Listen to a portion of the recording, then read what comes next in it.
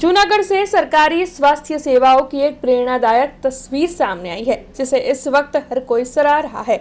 दरअसल जहां पर निजी अस्पतालों में लाखों रुपए खर्च करने के बावजूद मरीजों की हालत में सुधार नहीं हुआ, वहीं जूनागढ़ के सिविल अस्पताल में भर्ती होने के बाद गंभीर मरीजों की सेहत में तेजी से सुधार देखने मिला।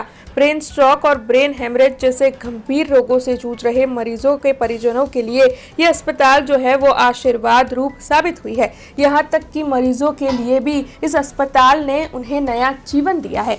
जूनागढ़ की सिविल अस्पताल आज जरूरतमंद और आर्थिक रूप से कमजोर मरीजों के लिए उम्मीद का केंद्र बन गया है।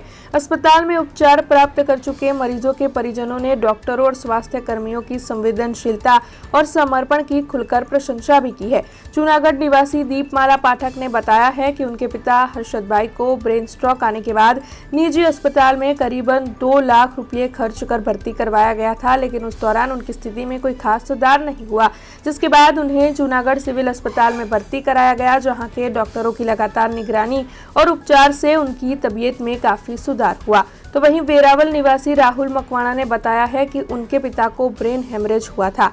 आर्थिक स्थिति कमजोर होने की वजह से उन्हें जूनागढ़ सिविल अस्पताल में भर्ती कराया गया, जहां पर उन्हें बेहतर उपचार मिला और अब उनकी हालत पहले से काफी बेहतर है। तब यहां पर दाखिल हुए मरीज और उनके परिजनों का यही कहना है कि अस्पताल के डॉक्टर्स और कर्मचारी मानवीय दृष्टिकोण से मरीजों और उनके परिजनों को कठिन समय में संभाल लेते हैं और यही वजह है कि कई परिवार जूनागढ़ सिविल अस्पताल को अपने लिए ईश्वर के आशीर्वाद समान मान रहे हैं। नमस्कार, मारू नाम है दीपमाला पाठक। हूँ जूनागढ़ में ज रहूँ छूँ। फिलहाल तो हूँ कच्छ में रहूँ छूँ, गांधीधाम में। पण मारा पप्पा है हर्षदभाई त्रिवेदी, जेमने ब्रेन स्ट्रोक आव्यो तो 18/5 अने अमे एने प्राइवेट होस्पिटल में होस्पिटलाइज कर्या था। पण त्यांथी एमने एवी परिस्थिति में ए लोकोए मूकी दीधा कि तमे घरे जईने एमनी सेवा करो। पण अमे लोको सेवा करवा माटे तैयार हता, पण त्यारे अमने घणा लोकोए कीधुं कि चलो तमे सिविल में एकवार जई अने डॉक्टरनो बताड़ो।